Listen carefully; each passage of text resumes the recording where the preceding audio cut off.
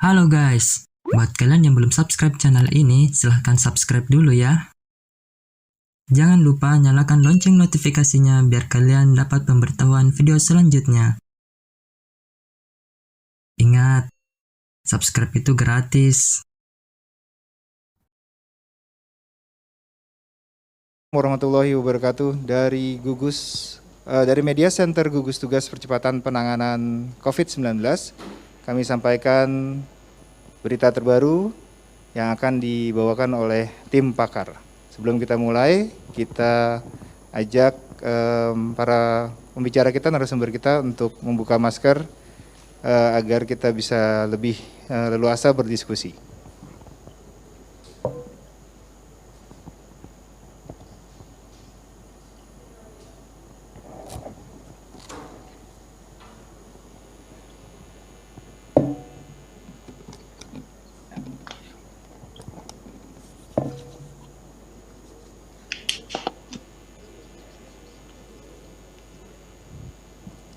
Ya, selamat pagi.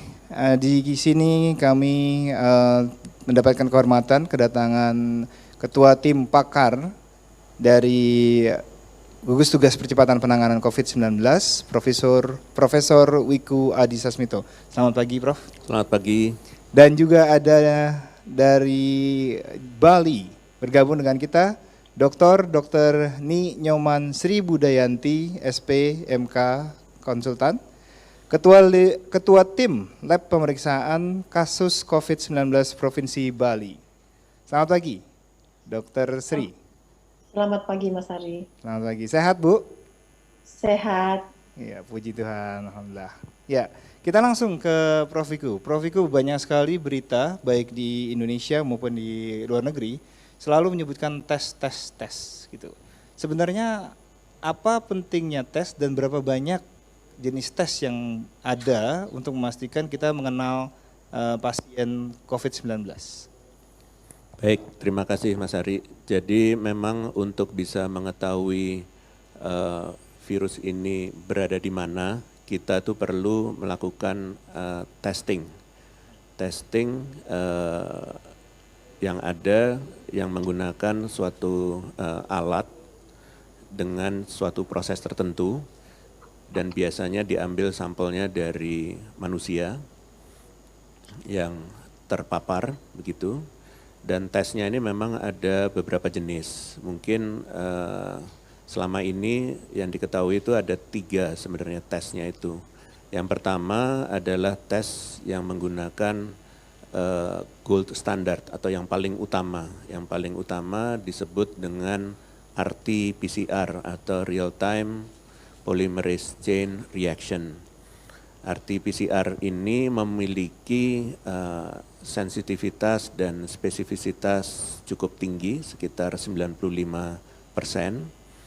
dan RT-PCR inilah yang dipakai di seluruh dunia untuk memastikan apabila sampel berupa swab-nya diambil dari hidung atau tenggorokan, itu bisa dites dan menunjukkan positif atau negatif terhadap virus SARS-CoV-2 ini.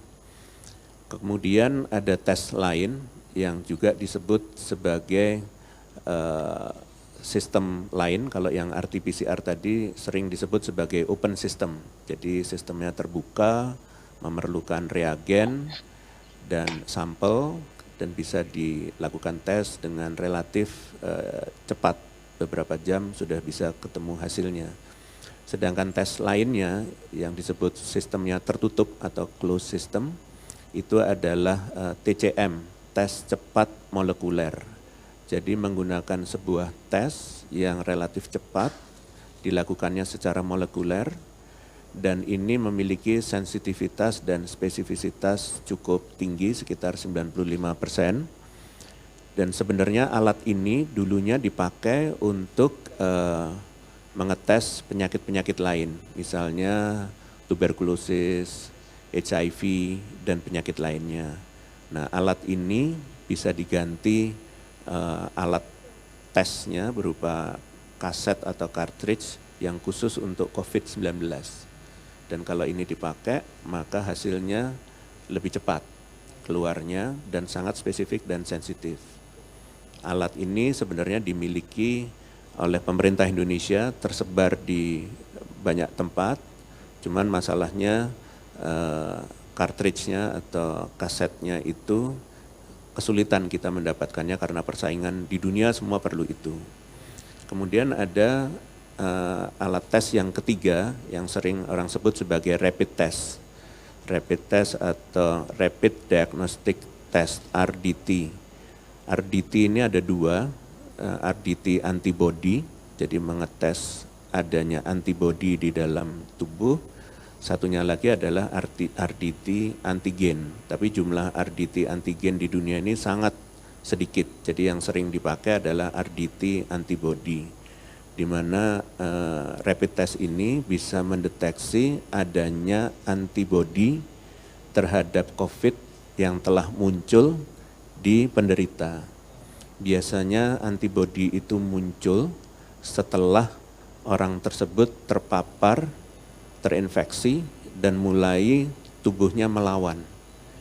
Cara bentuk melawannya biasanya yang bisa dilihat secara luar adalah mulai timbul gejala, batuk, demam, dan lain-lain. Disitulah letaknya rapid test ini bisa mendeteksi antibodinya. Tetapi rapid test ini memiliki kelemahan juga, bisa cepat tapi punya kelemahan. Sensitivitas dan spesifisitasnya tidak tinggi, sekitar 60-80%. Sehingga akibatnya kalau tidak spesifik bisa saja sensitif menemukan sesuatu yang positif, tapi setelah dites dengan yang gold standard yaitu RT-PCR tadi, bisa saja hasilnya lain. Maka dari itulah pentingnya memiliki suatu sistem dalam pengujian. Kalau sampai tesnya positif di rapid test, itu harus di follow up dengan tes menggunakan RT-PCR untuk memastikan hasilnya. Jadi itu adalah secara umum kita memiliki 3 dan masing-masing punya kelebihan dan kelemahannya. Ya. Itu berarti yang sering disebut oleh masyarakat rapid test ini yang mana itu, Prof? Jadi rapid test yang sering disebut oleh masyarakat adalah rapid test yang tadi saya sebutkan mendeteksi antibody.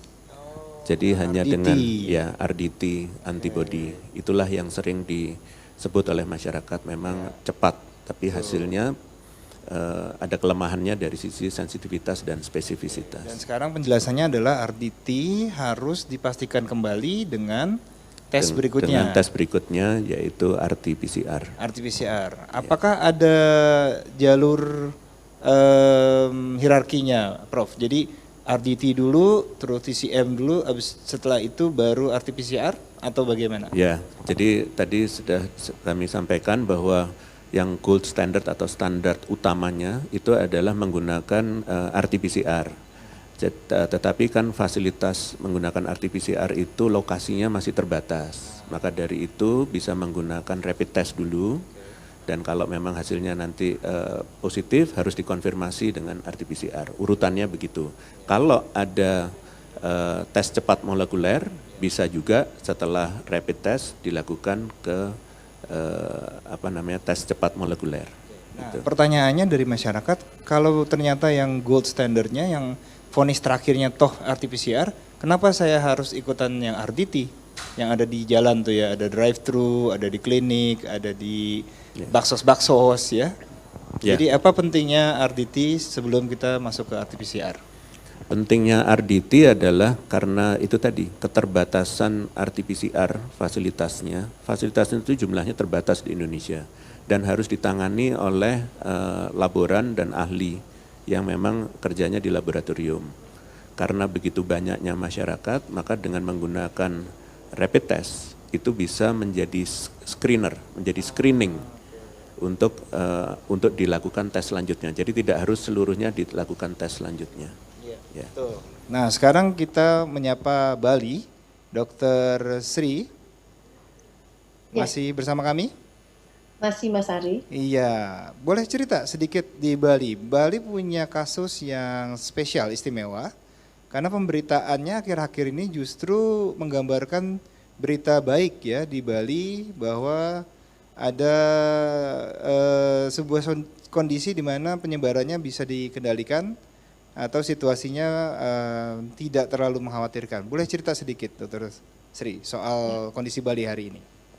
Iya, terima kasih. Jadi kalau di Bali hari ini per konferensi pers yang kemarin sih kasusnya sudah sampai 271 dengan jumlah sembuh 159 dan kematian 4 dan kasus aktifnya 108.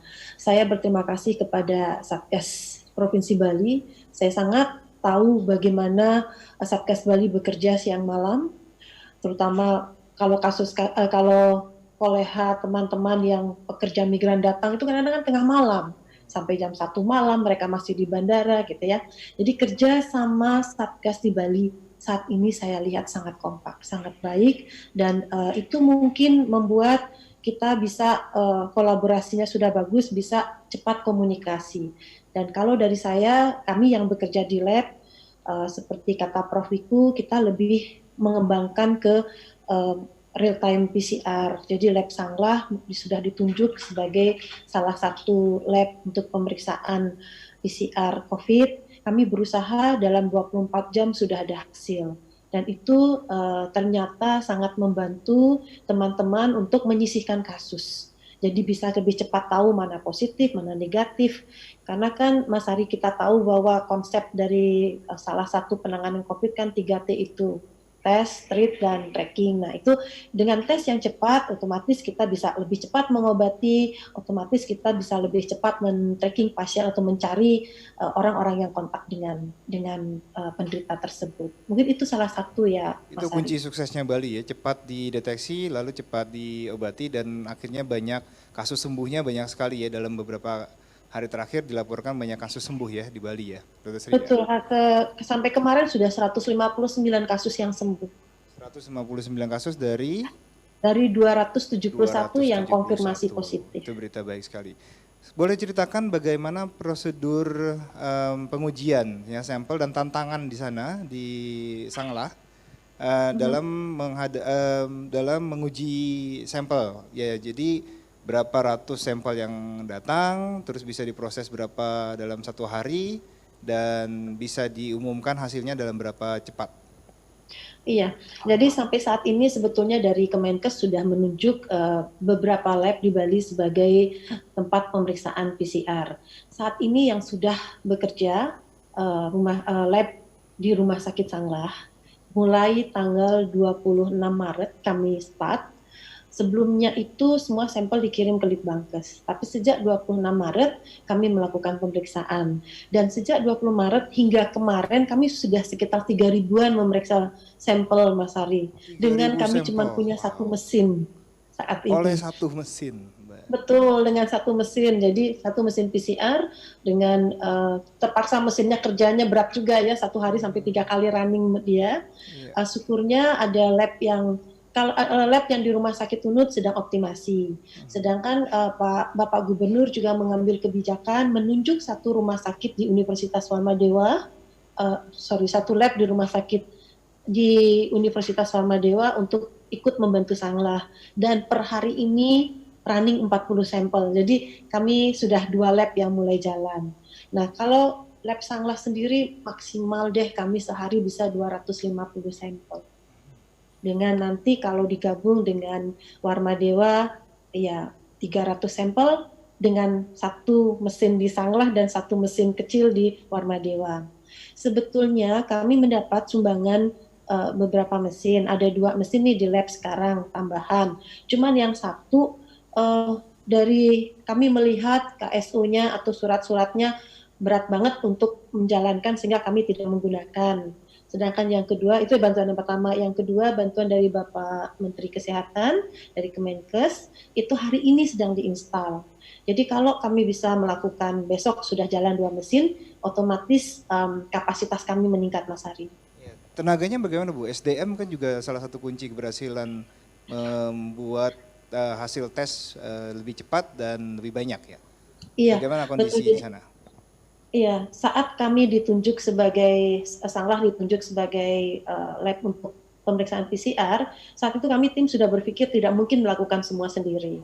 Oleh karena itu, analis yang ada kami ambil dari berbagai tempat, dari Universitas Warmadewa, dari Labkesda, dari Udayana, dari Rumah Sakit Bali Mandara. Jadi semua yang ada analis kita ajak di sini. Jadi sekitar 8 orang ditambah 2 yang senior ada 10 kita latih. Sehingga seperti saat ini mesin di lab di Warmadewa siap, SDM-nya sudah siap.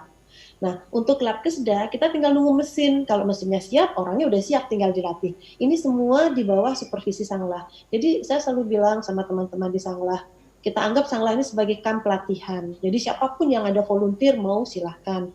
Dan terbukti ada beberapa mahasiswa S2, tamatan S2 biomedik kami gitu, nganggur dia libur-liburan, dok saya ikut jadi volunteer untuk di lab, monggo. Jadi ada tambahan 2. Seperti itu, kami membuat lab Rumah Sakit Sanglah sebagai tempat pelatihan dengan harapan kalau ada lab yang punya fasilitas, SDM sudah ada, Mas. Baik, terima kasih Dr. Sri, matur suksma. Ya, sekali lagi Prof Wiku terbukti gotong royong bukan hanya di tingkat relawan di lapangan, tapi di lab juga harus gotong royong ya. Tadi beberapa teknisi, analis dan lain-lain gotong royong juga. Apalagi yang diperlukan untuk memastikan kita mencapai, kita punya visi ya, punya tes 10.000 tes per hari. Apalagi yang harus kita lakukan, Prof? Jadi yang penting adalah pastikan bahwa jumlah labnya memadai. Kemudian tadi kan sudah dijelaskan, mungkin satu hari bisa 250 sampel dites. Itu kalau kerjanya satu shift. Kalau kerjanya mungkin 2 atau 3 shift bisa lebih banyak. Jadi nah dengan adanya contoh di Bali tadi SDM-nya ternyata ada backup yang lain, maka beroperasinya bisa lebih banyak dan petugas kesehatannya, laborannya tidak kelelahan. Karena berbahaya sekali untuk bertugas laboran yang dipaksa untuk bekerja, nanti malah dia yang akan sakit karena imunitasnya akan menurun.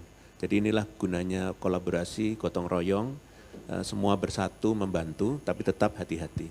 Ya, betul. Dan terakhir Prof, ini apa yang perlu dipahami masyarakat soal perbandingan tes per penduduk, ya kan banyak berita yang membanding-bandingkan negara-negara per tes per penduduk gitu ya, 6 juta tes per 300 juta penduduk misalnya.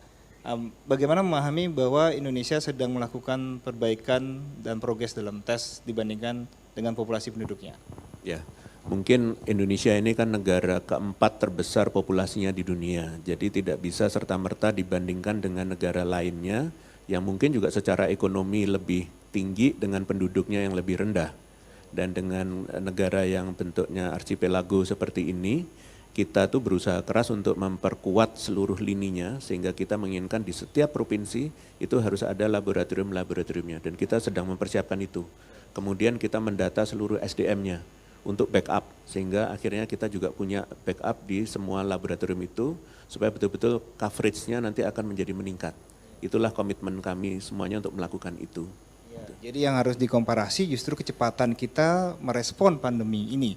Dalam waktu singkat sudah mempersiapkan SDM, mempersiapkan sarana, memastikan kita mengetahui beban penyakitnya di masyarakat. Begitu Ya, Prof ya? betul, betul. Baik, terakhir mungkin Prof ada saran atau pesan buat masyarakat supaya tidak kena penyakit COVID-19, bagaimana Prof? Caranya? Baik, jadi penyakit ini utamanya bisa kita cegah. Caranya kita harus mempunyai perilaku yang positif. Pertama adalah pastikan bahwa selalu menjaga jarak. Yang kedua, selalu mencuci tangan dengan sabun dan air mengalir. Yang ketiga, menggunakan masker. Semuanya harus menggunakan masker. Yang keempat, tingkatkan imunitas dengan olahraga cukup, istirahat cukup, dan makanan yang seimbang.